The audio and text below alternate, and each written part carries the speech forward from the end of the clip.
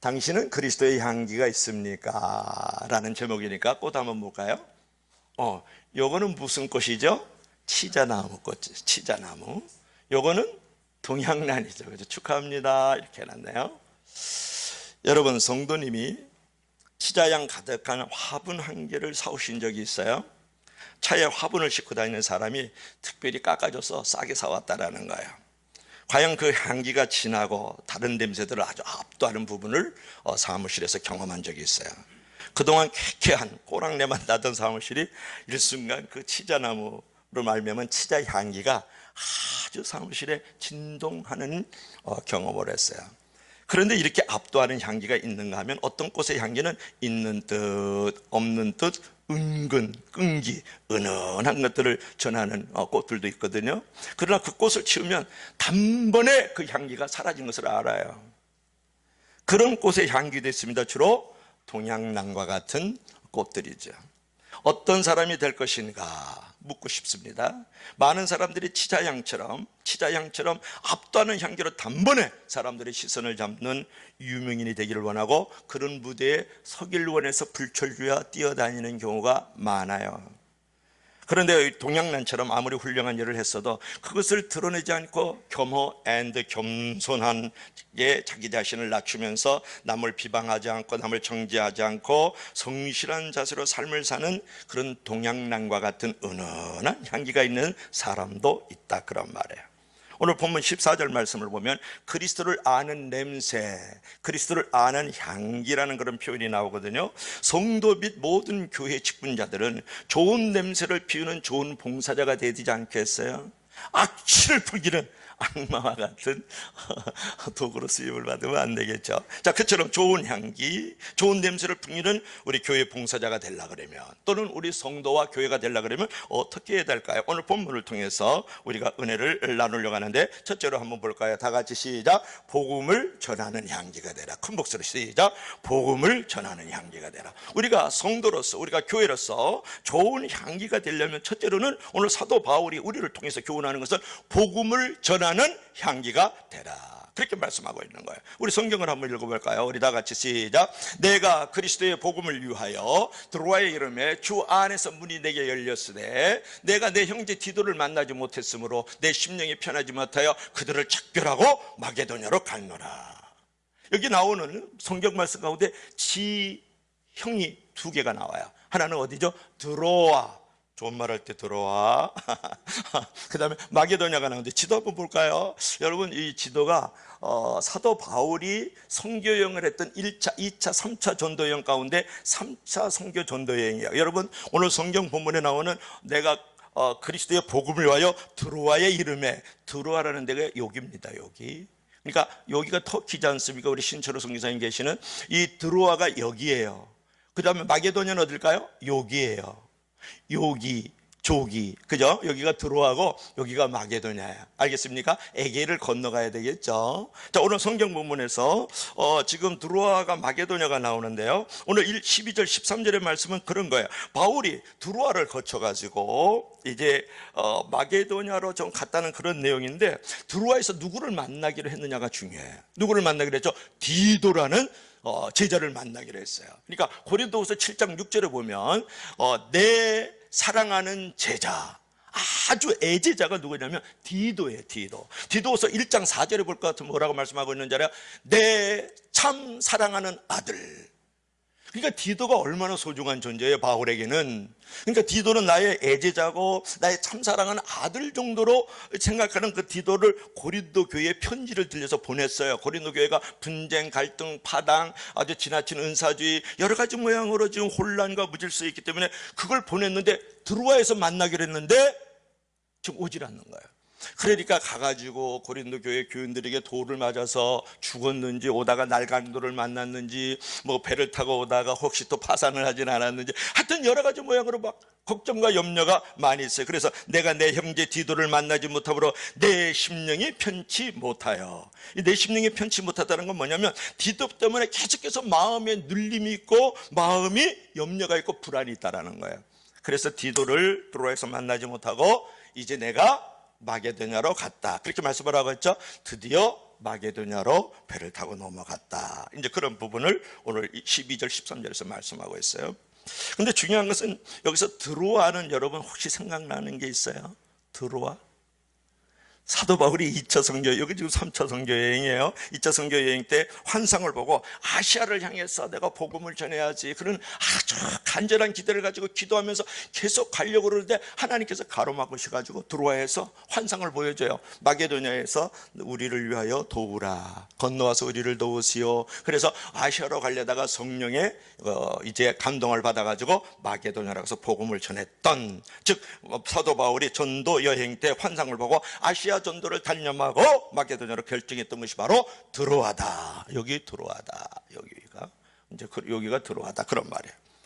여러분, 여기서 우리가 생각을 먼저 해보고 싶은 것은 뭐냐 그러면, 사도 바울은 복음 전파를 위해서 최선을 다했다라는 거예요. 내 심령이 편치 못해요. 그러니까 디도 때문에 걱정이 되고 염려가 되고 불안이 되잖아요. 심부름을 보낸 이 아들, 심부름을 내 제자인데 안 오니까.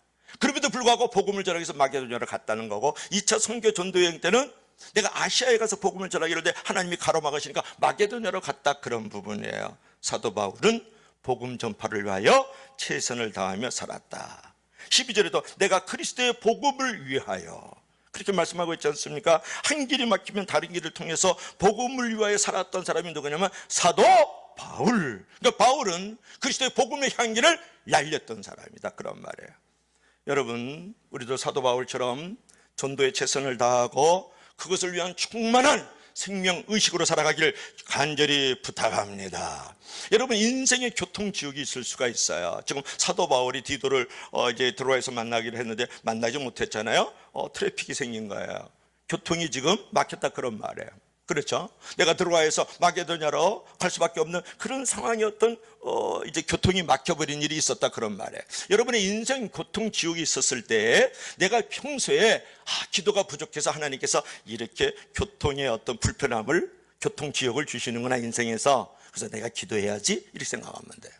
인생에 어떤 교통이 잘 원활해야 되는데 어떤 지옥 같은 상황이 만들어진다든지 어떤 가로막히는 상황이 만들면 내가 평소에 전도가 부족했구나, 전도하라는 사인이구나, 이렇게 받아들일 수 있는 신앙의 고백이 필요하지 않을까요? 사도 바울처럼 그렇게 생명의식으로 충만해지면 부정적인 사람이 긍정적인 사람이 되고 짜증이 많던 사람이 온유해지는 사람이 될 수가 있어요. 그러면 그들을 통해서 그런 어떤 복음을 위한, 복음의 전파의 향기가 나올 수 있다. 그런 말이에요. 지금 이제 향기 하나라는 부분이니까, 향기라는 것은 어때요? 그죠? 꽃을 보고 나쁜 사람은 없다. 그런 말이 있는 것처럼 그 향기라는 것은 사람을 참 기분을 썩 좋게 하거든요. 아로마 요법의 치료 효과가 거기서 나오는 거 아니에요? 반면에 연기는 어때요? 연기는 눈물 나게 하는 거예요. 그러니까 향기로운 사람은 웃음을 주고 기쁨을 주는데, 연기는 어때요? 눈물을 흘리게 하고 짜증나게 하고 불평을 가져오게 하는 사람이잖아요. 여러분은 향기로운 사람이에요? 아니면 연기 같은 사람이냐고 묻고 있잖아요. 마른 나무가 탈 때는 연기가 나지 않아요. 그런데 생나무를 태우면요, 젖은 나무를 태우면 어김없이 연기가 나기 마련이거든요. 여러분, 자아가 죽지 않고 생생하게 살아있는 사람은 연기 같은 사람이라, 그런 사람을 통해서 눈물 나게 하고 짜증나게 하고 말이죠, 불평나게 하는 인생으로 만들어가잖아요. 자아가 죽은 사람은 향기로운 사람이에요. 그래서 많은 사람을 감사하게 하고 기쁘게 하고 밝게 하고 말이죠, 웃음을 가져다 주는 사람이거든요. 우리 주위에 연기 나는 사람과 같은 사람이 얼마나 많은지 몰라요. 여러분, 생명의식으로 우리가 충만하면 향기나는 긍정적인 사람이 되고 복음 전파의 향기를 드러낼 수 있다는 거예요. 어떤 상황에서도 하나님께서 나를 기도하게 하시라는가 보나, 하나님께서 나를 전도하게 하려고 하시는 거라 생각을 하면 인생이 긍정적이 되면서 생명의식으로 충만하게 되고, 그런 사람을 통해서 복음의 향기가 번져지기 시작한다. 그런 말이에요. 여러분, 복음 전파를 위해서 아주 구체적인 목표를 세우십시오. 구체적인 목표를 세우면 그 목표가 나를 막 이끌어가는 게 있거든요. 이게 사도 바울은 성령께서 이끌어 주시니까 내가 유럽으로 가서 복음을 전해야 됐다고 구체적인 목표를 가졌던 사람이거든요. 어떤 중학생 딸은요, 공부를 싫어하다가 고등학교 교복을 입고 너무너무 교복이 예쁘고 멋있는 거예요. 그래서 그곳에 가겠다고 공부를 시작했어요. 그리고 늦게까지 공부해서 엄마가 빨리 자라 야단을 칠 정도였다 그러네요. 그래서 고등학교 들어갔어요. 좋은 목표는 중요하다라는 그런 부분이고, 그처럼 영혼 구원을 위한 구체적인 목표를 세우고 끊임없이 생각하고 준비하고 우리가 점검을 해야 된다. 그런 부분. 지금 코로나19 이 바이러스로 말미암아서 세계적인 대공황이 지금 만들어지고 있고, 여러 가지로 정치적이나 경제적으로나 사회적으로 큰 위기를 경험하고 있거든요. 코로나19 전염병 속에서도 교회와 성도들은 복음 전파를 위한 구체적인 계획을 세울 줄 알아야 된다. 그런 부분이에요. 여러분, 최고의 봉사는 영혼을 구원하는 거예요. 우리 한번 읽어봐요. 시작. 최고의 봉사의 향기는 영혼 구원이다. 여러분, 지금 대형 교회들이 큰 몸살이 지금 걸려 있습니다. 대형 교회는 중간에 간부들이 많죠. 부목사들이, 전도사들이 중요한 간부예요. 이제는 우리가 플랫폼 교회 또는 네트워크 교회 또 온라인 교회 그런 말을 하지 않습니까? 이제는 사장하고 직원하고 다이렉터가 이제 중견 간부 필요 없어요. 우리 아들 이삭이 회사에도 중견 간부 다 정리해서 무급 휴직을 줘버렸어요. 부목사들 잘해야 돼. 왜냐? 지금 코로나19로 말미암아서 예배 드리는 사람이 없어요. 뭐 5,000명, 10,000명 하던 교회가 몇백 명 앉아서 이제 예배를 드리고 있다면, 그러니까 이게 돈이 안 나와요. 사람이 없으니까 이 큰 공룡 같은 몸집이 움직여야 되는데 움직일 수가 없는 거예요. 절대 위기죠. 그리고 한번 해보려고 아파트 단지에 교회를 짓고 말이죠. 또 새롭게 한번 시작하려고 조그만 개척교회를 조그만 지하단 간방에다가 만들어 놓고 했던 데는 지금 본 성도들도 하는데 아파트 단지에 교회 집어넣었다고 사람이 와요. 지금 다 문 닫게 생겼어요. 너무 어려워서 부도 직전이고 폐쇄 직전이다, 그런 부분이에요. 그런데 우리 가슴 목장이 너무 은혜스러운 거예요. 아주 코로나19 바이러스 때 가장 최적합의 교회는 바로 우리 가슴 목장인 줄로 믿을 수 있기를 바랍니다. 70% 이상의 성도들이 다 나오고 말이죠. 자리가 적당하게 일부 일부러 예배를 드리고 말이죠. 재정의 상황도 지난해보다 더 들어오고 말이죠. 우리 성도들이 이렇게 착할까요? 지난해보다 예산이 더 들어왔다. 다른 데는 50%, 60%도 안 나오는데, 이런 시장의 틈새, 시장에도 틈새 시장이 있듯이 말이죠. 우리 중소형 교회만이 줄 수 있는 것들이 많아요. 가족적인 행복감이 있어요. 자신의 작은 손길과 헌신이 교회의 큰 의미와 가치가 되는 게 있어요. 자신만이 가지고 있는 재능과 은사를 특성을 살릴 수 있는 기회가 있어요. 목회자와 깊은 만남, 교제, 사귐의 왕성함이 있을 수 있는 게 중소형 교회라고 말해요. 우리 교회가 얼마나 아름답고 복된 교회인지 코로나19 바이러스를 위해서 이때까지 하나님께서 만들어주신 줄로 믿을 수 있기를 바랍니다. 중요한 것은 지금 이제 사도 바울이 하나님께서 가로막으시니까 마게도냐로 건너가서 복음을 전했다는 얘기고, 결국은 마게도냐에서 디도를 만나요. 나의 애제자고 나의 참 아들과 같은 존재를 디도를 만나거든요. 그래서 이제 복음을 전하기는 이제 시간이 가지게 되는데, 지금 우리가 코로나19 사태인데 말이죠. 감염병 권위자들과 과학자들은 인류가 코로나19 이전으로 절대 돌아갈 수 없다. 그래서 포스트 코로나예요. 이제는 코로나 바이러스 이전으로 절대 돌아갈 수가 없다. 그렇게 권준옥 박사라는 사람은 대한민국 종합방역대책본부장이에요. 그래서 4월 13일 날 1일 브리핑에서 코로나19가 발생하기 이전의 세상은 다시 오지 않는다. 이제는 완전히 다른 세상이다. 과학자들은 이 죽음의 이 바이러스와 공존하고 동거하는 시대로 진입했다고 보거든요. 그래서 적어도 3년 주기로 연례행사처럼 대역병의 대란을 겪을 가능성이 많고, 여러분이 아무리 백신을 개발을 해도 변종 바이러스가 계속 나온다는, 이미 사스 코로나 변종 바이러스가 나왔어요. 그러니까 백신이 개발된다? 그래서 코로나 바이러스가 없어진다? No. 고통이 좀 줄어들 뿐이고 사망자 수가 줄어들 뿐이지 코로나19 바이러스는 없어지지 않는다는 거예요. 그리고 완치 후에도 재감염이 되고, 우리가 독감이나 감기가 계속 약 먹고 나고 또 걸리고 그러지 않습니까? 그런 상황으로 오는데 앞으로 더 심한 역병이 된다는 거예요, 한마디로 얘기하면. 그래서 여러분, 지금 이제 밀착을 하면 안 되는 사회적 거리두기에 산미를 가지면 안 됩니다. 그러니까 작은 공간에서 다수의 사람들이 밀집해서 호흡을 하면서 큰 소리로 찬양하고 통성으로 기도하는 그런 예배 형태의 모임은 생명을 위협한다고 생각하면서 하지 말라고 총에서 지침이 내려와서 여러분 모두에게 어저께 다 보냈어요. 그런 정도로 지금 교회의 위기, 사회의 위기, 국가적 위기, 지구촌의 위기가 다가왔거든요.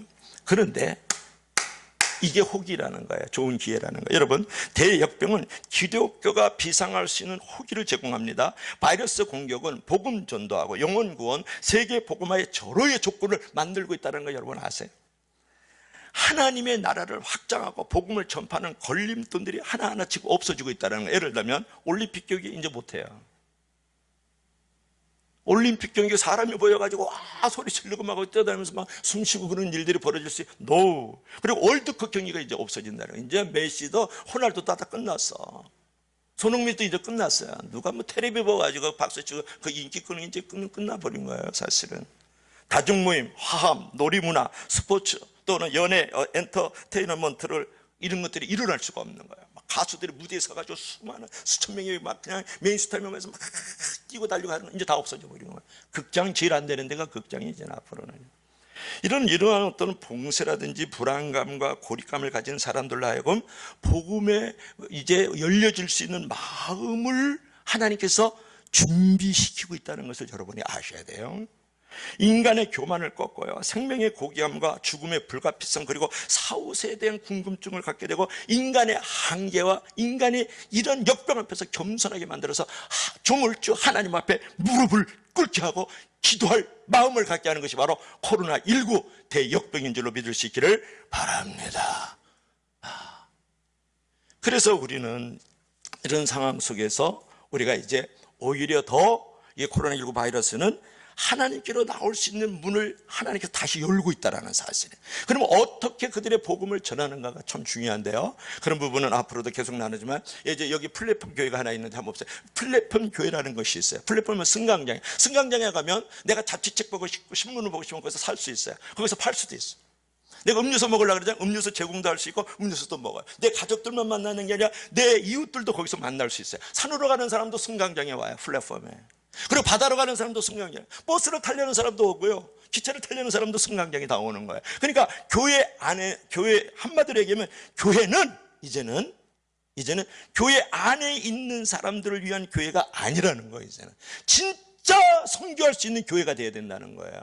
교회를 필요로 하는 어린아이부터 어른까지 돈이 필요한 사람은 돈을 얻을 수 있는 교회, 건강이 필요하면 건강을 필요로 하는 수 있는 거네. 진로지도가 필요하면 진로지도가 필요한 사람들이 얻어갈 수 있는 그런 교회, 그런 교회들이 이제는 만들어져야 된다는 거예요. 그래서 플랫폼 교회가 돼야 된다. 그러기 위해서 우리가 여러 가지 네트워크 교회, 네트워크라든지 여러 가지 온라인 같은 것들을 대면 비대면으로 해가지고 교회가 운영이 되어질 때, 이런 부분을 선제적으로 공격적으로 만들어질 때에 이제는 교회의 진짜 본질로 들어간다는 거예요. 숫자 많으면 좋아요. 요새 대형교회 목사들이니까 내가 진짜 마음이 고소해요. 아주 그냥 몇천 명 몇만 명 가지고 자기가 황제처럼 황제 목회라 그러잖아요. 지금 좀 몇백 명 가지고 두문두문 앉아가지고 하니까 힘이 없어서 설교 들으니까 아주 그냥 듣고 싶지가 않아. 그냥 짜증나가지고 지가 그냥 얼마나 겸손하게 만들지. 궁궐을 만들어야 교회가 된다고 생각하고 그냥 아파트 가운데 집으로 사람들 불러 모아가지고 말이죠. 그게 사람을 불러오면 돈을 주는, 오는 교회에 오는 사람 돈 준다 그러면 전도 하갔어요? 아파트 안에다가 교회 집 갔어요? 그들이 돈을 갖고 오잖아요. 그러니까 돈 생기지, 사람 생기지, 본인은 황제 같은 느낌이 있지. 성도들도 큰 교회 들어가니까 내가 신앙이 큰 줄 알지. 이런 착각 체면에다 걸려 있었는데 하나님이 철저히 깨뜨리면서 이제는 네트워크 교회 또는 영상교회 또는 플랫폼, 이런 교회를 통해서 정말 교회 안과 교회 밖에 되는 모든 사람에게 선한 영향력, 선한 향기를, 복음의 향기를 풍기는 교회로 하나님이 만들어가는 줄로 믿을 수 있기를 바랍니다. 진짜 아멘이에요. 복음의 본질로 가는 거고 성도의 본질이 무엇인지를 보게 하는 거예요. 여러분, 하나님은 전도를 기뻐하신다는 거예요. 한 영혼이 구원받으면 천국에서 잔치가 벌어진다는 주님의 말씀은 전도는 최고의 천국 상급을 예비하는 행위인 줄로 믿을 수 있기를 바랍니다. 전도를 외면하면 하나님도 그를 외면하고, 전도에 관심을 두면 하나님도 그에게 관심을 두는 성도와 교회가 되는 줄로 믿을 수 있기를 바랍니다. 그래서 우리가 전도에 사도 바울처럼 집중하고 목표를 코로나19 바이러스 상황 속에서도 만들어 가야 된다 그런 말이에요. 자, 두 번째로 볼까요? 자, 다 같이 시작. 그리스도 안에서 승리의 향기를 발하라. 그래서 조금 크게 해봐. 시작. 그리스도 안에서 승리의 향기를 발하라. 자, 고린도서 2장 14절 한번 볼까요? 다 같이 시작. 항상 우리를 그리스도 안에서 이기게 하시고 우리로 말미암아 각처에서 그리스도를 아는 냄새를 나타내시는 하나님께 감사하노라. 자, 항상 우리를, 집사님을, 목사님을, 교사를 그리스도 안에서 이기게 하시는 하나님께 이제 감사하라. 그런 내용인데, 우리가 그리스도 안에서 승리의 향기를 발할 줄 알아야 된다. 근데 여기서 그리스도 안에서 이기게 하시고 그런 말이 뭐냐면 드리암뷰 이런 말을 해요. 헬라어를 많이 하면 헬렐레 된다는 그런 말이 있어요. 드리암뷰라는 말인데, 이거는 이기게 하다는 말인데, 사실은 이게 사도 바울이 그냥 쓴 게 아니에요. 그러니까 로마에 그 장군들의 전쟁터에서 사로잡은 포로들을 이렇게 결박해서 막 끌어오잖아요. 그럼 개선 행진을 하면 막 집에서 막 꽃을 뿌리고 막 그냥 이제 꽃다발을 하고 막 아름다운 여성들이 막 춤을 추고 막 그랬었거든요. 그 개선 행진과 관련된 용어가 이기게 하시고 승리하게 하시고 그런 단어야, 그런 단어. 그러니까 로마의 장군들이 그 이제 노예들을 끌고 오는 그 모습을 보고 사도 바울이 그리스도 안에서 이기게 하시고 라는 단어를 썼다는 것을 우리가 기억하면 좋겠죠. 그런데 우리가 이기게 한다, 포로로 잡을 것은 무엇이냐 그런 말이에요. 자, 3S인데 한번 볼까요? 자, 그리스도 안에서 이기는데 무엇을 이겨야 되겠어요? 무엇을 이겨야 되겠어요? 우리 다 같이 한번 읽어봐요. 시작. 죄를 이겨라, sin. 자기를 이겨라, self. 그 다음에 마귀를 이겨라, 사탄. 여러분, 죄와 자기와 마귀를 이기게 하신다. 누구 안에서? 그리스도 예수 안에서 이겨야 우리가 승리의 향기를 발할 수 있다. 그런 것을 사도 바울이 우리에게 교훈을 하고 있지 않습니까? 여러분, 교회 생활에서 가장 문제는 뭐냐면 자기를 이기려는 것에는 관심이 없고 형제를 이겨 먹으려고 하는데 관심이 많다는 데 문제가 있죠. 교회 생활에서 가장 문제는 뭐냐면 세상을 이기려는 데는 관심이 없고 이웃을 이기려는 데는 관심이 많다라는 거예요. 사실 믿음 안에 있는 한 형제들이 교회 안에서 싸우는 것처럼 비참한 일은 없죠. 왜 교회에서 싸웁니까? 서열과 기득권 때문에 싸움을 해요. 우리 교회는 그러진 않는데, 교회에서 서열을 따지는 군대 문화 버려야 되겠죠. 처음 된 자가 나중되고 나중된 자가 처음 된다는 말은 축복에 관한 원리이기도 하지만 태도에 관한 원리이기도 해요. 다시 한번, 처음 된 자가 나중되고 나중된 자가 처음 된다는 말은 축복에 관한 원리이기도 하지만 태도에 관한 원리이기도 하다. 자, 예를 들어보면 교회 안에서 먼저 온 사람들은 왕따가 돼야 돼요. 왕따. 먼저 온 사람은 왕따가 되고, 그 다음에 나중에 온 사람은 왕자가 되도록 만들어 줘야 돼요. 그래서 왕따는 먼저 온 사람이고 왕자는 나중에 온 사람이니까, 먼저 온 사람은 왕따가 되기를 자처할 때, 스스로 그렇게 낮아짐을 경험할 때 왕자가 될 수 있어요. 그리고 교회 안에서 나중에 온 사람이 왕자 취급을 받을 때 나중에 왕을 따르는 사람이 되는 줄로 믿을 수 있기를 바랍니다. 할렐루야. 아멘도 안 한다, 들어보지도 못하겠다. 좀 아멘도 좀 하고 그래야지. 다시 한번 할까요? 여러분, 먼저 온 사람이 스스로 왕따가 되어질 때 그 사람이 왕자가 될 수 있어요. 근데 먼저 이제 나중에 온 사람이 왕자로 세움을 받고 돌봄을 받으면 왕을 따르는 사람이 될 수 있다. 그런 부분이에요. 그래서 우리가 겸손한 마음으로 왕따가 되기를 자처하면 점점 왕자가 되고, 교만한 마음으로 왕자가 되기를 자처하면 왕따가 된다. 버림받는다, 이거 그 말이에요. 그러니까 사실 교회 안에서는요, 수석 집사, 수석 장로라는 명칭이 없어야 돼요. 풍교에 가면 수석 부목사도 있어요. 사도 바울은 자신을 수석 사도라고 하지 않고 죄인들 중에 괴수라고 했어요. 그러니까 그처럼 성도는 오랜 신앙 경력을 겸손과 온유함으로 나타내야 됩니다. 그것으로 해서 자기를 잘 깨뜨려야 된다, 그런 말. 자기를 잘 깨뜨릴 때에 사단을 이길 수가 있어요. 자기를 잘 깨뜨릴 때에 셀프, 자신을 이길 수가 있어요. 그리고 또 하나 뭐였지? 잊어버렸네. 자신을 잘 깨뜨릴 때 sin, 죄를 이길 수가 있어요. 믿으시면 다 같이 아멘. 우리가 이제 향기고 우리가 깨뜨렸다는 말을 하면은 누가 좀 생각나야 되는데, 성경에서. 네? 누가 그랬어요? 내가 마리아라고 우리 달성 권상이 하셨나? 내가 선물 좀 줘야 되겠다. 마리아는 예수님에게 향유를 붓기 위해서 자기 옥합을 깨뜨리잖아요. 그냥 향유를 붓기만 해도 되는데 왜 굳이 옥합까지 깨뜨려가지고 그 분위기가 그냥 아주 거룩하고 아름다운 향기로 가득 차게 했을까요? 마리아의 옥합은 자기를 상징하는 거예요. 자기 어떤 욕심, 이기심, 자존심, 교만을 깨뜨려야 된다는 거예요. 그럴 때에 거기에 아름다운 향기가 나올 수가 있다는 거예요. 여러분, 내가 깨뜨려질 때에 셀프, 자신이 보여지고, 내가 깨뜨려질 때 사단, 마귀가 보여지고, 내가 깨뜨려질 때 sin, 죄가 보이면 안 됩니다. 그릇의 진정한 정체성은 아무리 금그릇이라도 그 안에 똥을 집은 똥그릇이에요. 흙으로 만든 질그릇이야, 오경희 집사님. 근데 그 안에 금이 들어있으면 금그릇이에요. 내가 깨어질 때에 죄가 나오면 안 돼요. 내가 깰 때 당신이 나오면 안 된다고요. 내가 깰 때 마귀가 나오면 안 돼요. 누가 나와야 돼요? 예수 그리스도가 보여야 되는 줄로 믿습니다. 할렐루야. 이걸 놓치면 안 돼요. 내가 여러 가지 모양으로 깨져요. 사람의 관계 속에서 내가 깨질 수가 있고, 환경 속에서 내가 깨질 수가 있고, 물질 속에 깨질 수가 있고, 가정 안에서 여러 가지 자녀 문제로 나를 깨뜨릴 때, 그럴 때가 정말 보여줄 게 있는데 그리스도의 향기를 보여줘야 된다. 그게 이기는 거예요. 당신은 지금 무엇을 보여주고 있느냐고 제가 묻잖아요. 여러분, 사귀고 잘 알죠? 성은 사귀고 이름은 교훈데 로마의 앞잡이에요. 그렇죠? 그리고 세금 징수원이에요. 그리고 자기 동족 유대인들의 피를 빨아먹는 거머리와 같은 존재예요. 왕따를 당하고 있었죠. 그러니까 형제들에게 이웃들에게 피해를 주고 있었고, 자신도 상처를 받으면서 살았던 사람이 삭개오예요.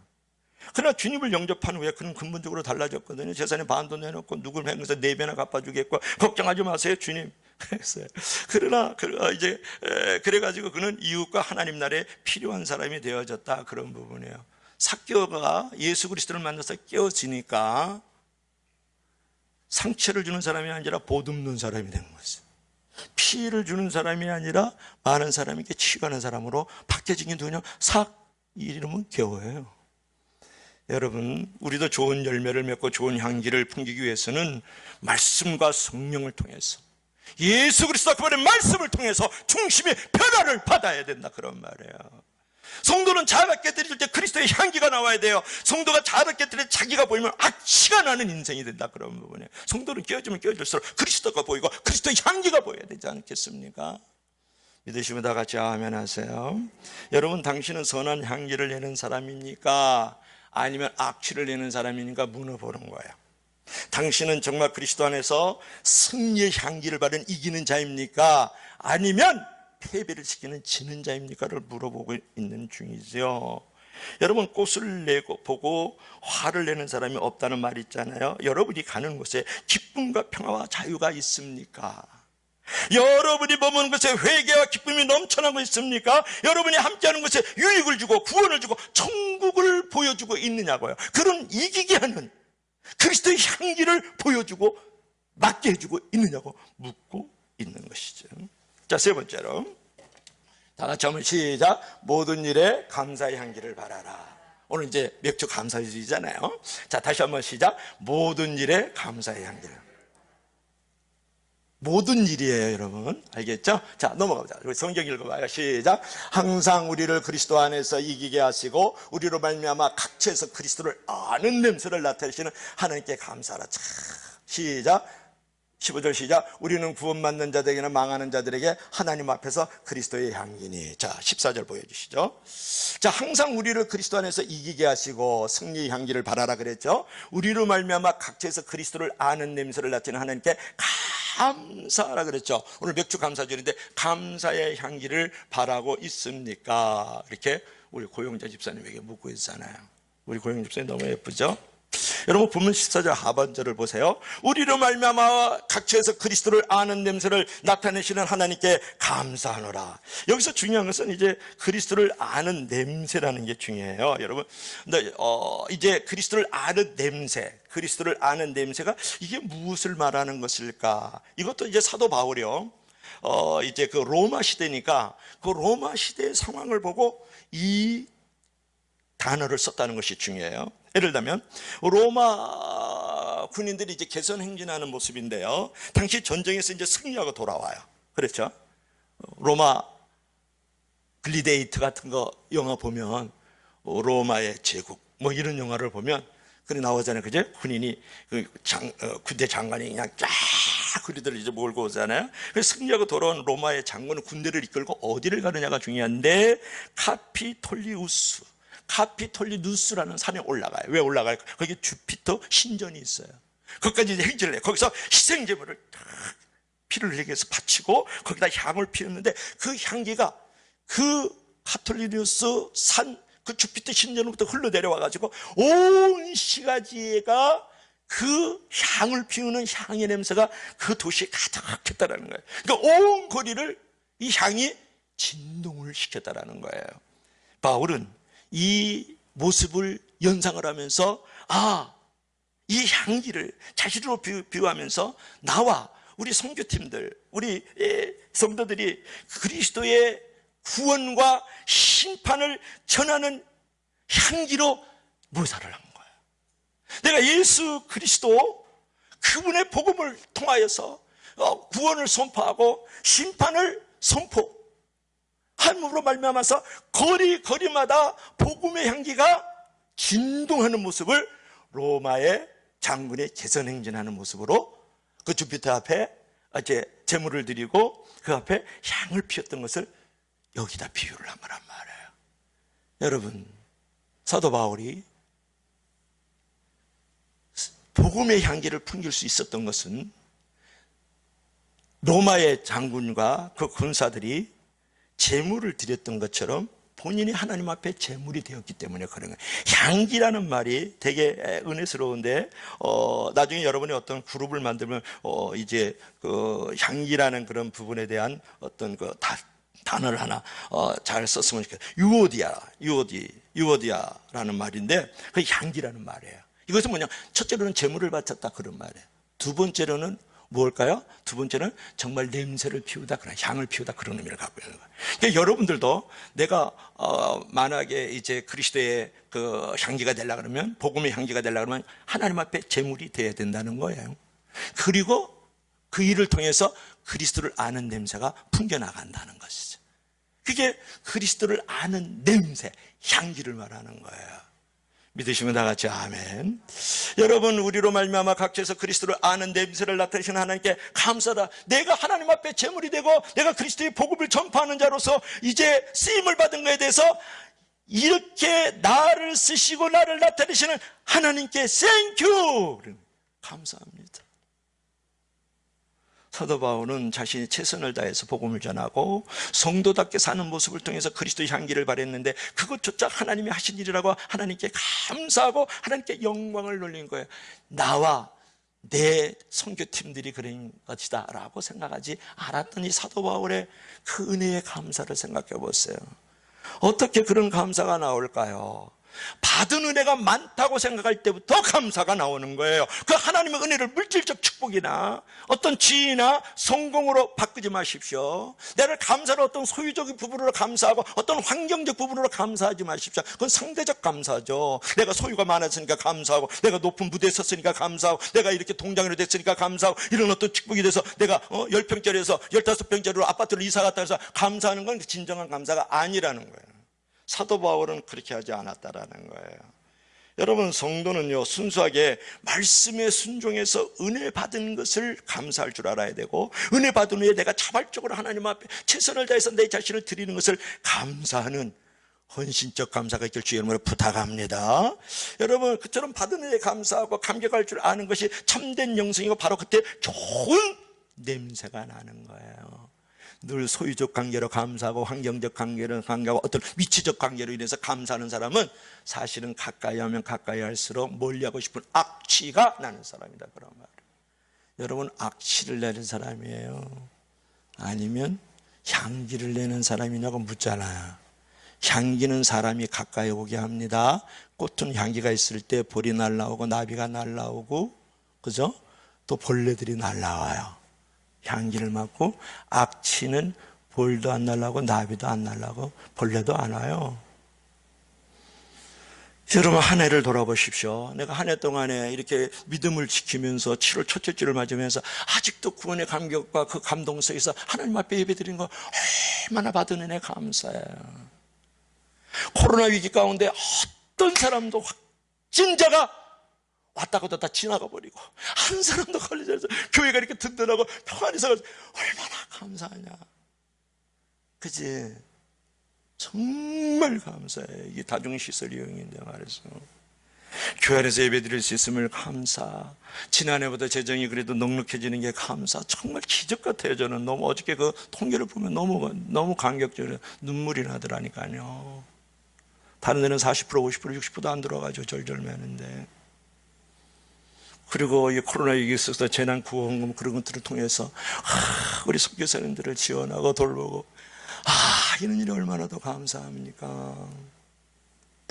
요한복음 16장 33절에서 말씀하셨어요. 우리 한번 읽어봐요. 시작. 이것을 너에게 이르는 것은 너희로 내 안에서 평안을 누리게 하려 함이라. 세상에서는 너희가 환난을 당하나 담대하라. 내가 세상을 이겼노라. 아멘. 너무 잘하는 말씀이죠. 이 성구 정도는 암송해야 되지 않겠어요, 복순 집사님? 가족, 자식들, 딸들, 아빠 다 그냥 생일은 다 기억하면서 이런 성경 구절 하나 외워야죠. 요거 외울 수 있기 바라요. 우리 동생은 장복순인데 우리 집사님은 김복순이에요. 장복순하고 김복순 진짜 달라요. 우리 동생하고 아주 체질적으로 이름은 똑같은데 어떻게 다를지 몰라. 우리 동생보다 나아요, 저분이. 헐나죠. 여러분, 주님을 환난을 면제시키지 않았다는 거예요.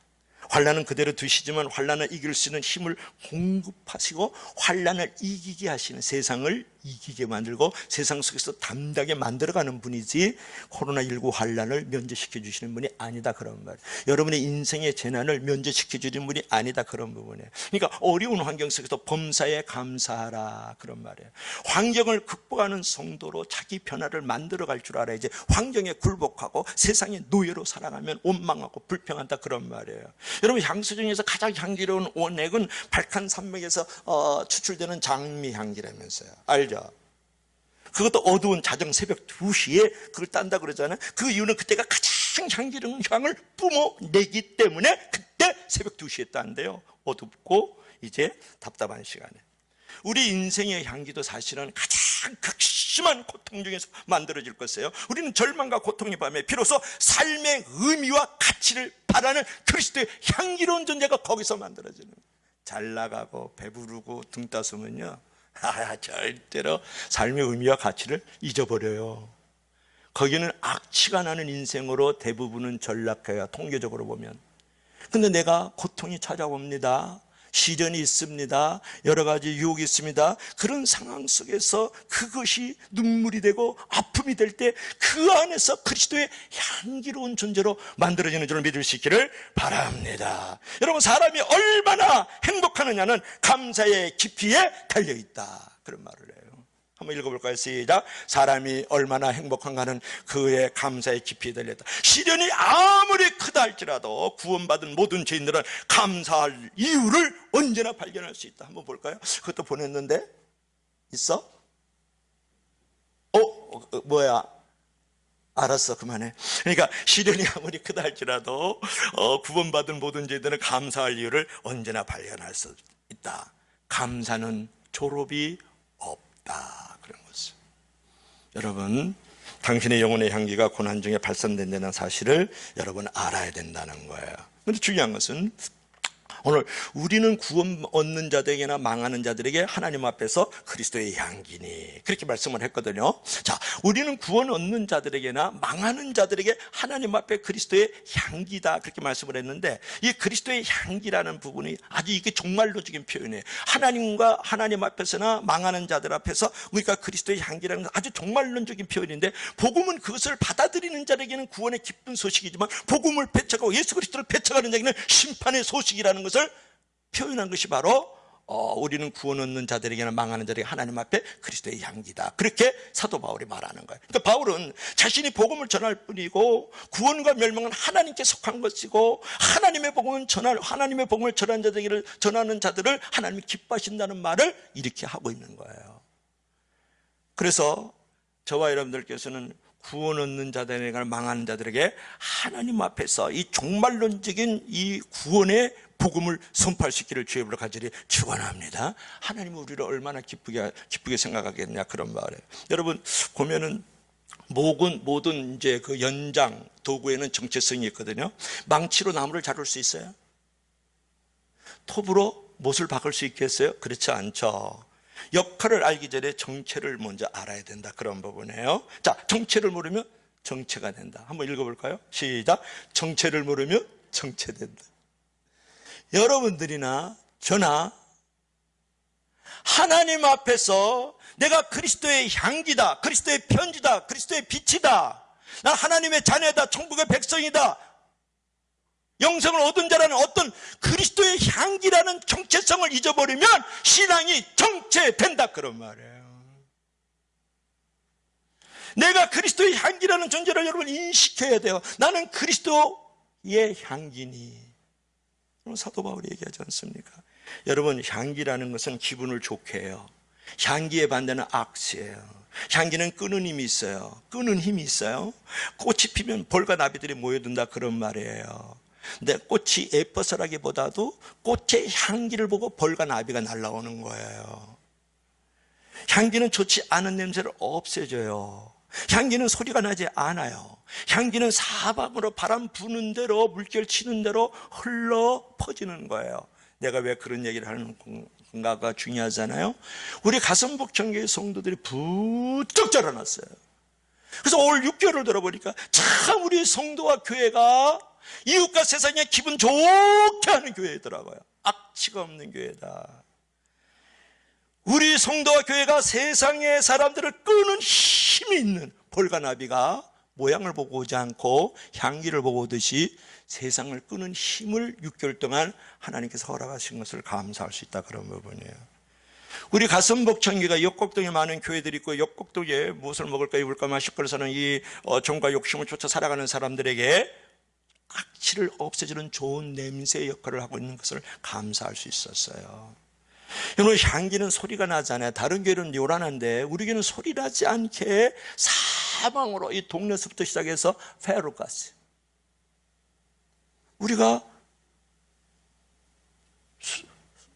그리스도의 향기로운 복음을 전하고 있더라 그런 말이에요. 그래서 우리 올해 6개월 동안 우리를 사용하여 주신 우리 하나님을 찬양하고 그분을 경배할 수 있기를 주의 이름으로 간절히 부탁합니다. 얼마나 감사할까요 여러분. 감사. 오늘 결론을 맺고 싶습니다. 여러분 데레사 효과라는 부분이 있는데 데레사 수녀를 보면 어때요 마음이?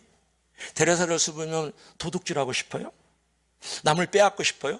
남을 막 밟고 싶어요? 데레사 수녀를 보면은 데레사 효과라는 것은 뭐냐면 헌신적인 봉사와 사랑과 섬김의 생애를 살아왔던 데레사 수녀를 보는 순간 어떤 영상되는 효과가 있는데 어찌 그 옆에 가기만 해도 그 이름을 듣기만 해도 그 멀리서 보기만 해도 마음이 착해지고 효과를 일컫는 효과를 그 말을 갖다가 데레사 효과라는 거예요. 그러니까 데레사 수녀를 생각하면 마음이 너무 평안하고 든든해지고 그렇게 살아야지 하는 어떤 마음의 비주얼이 생기는 거예요.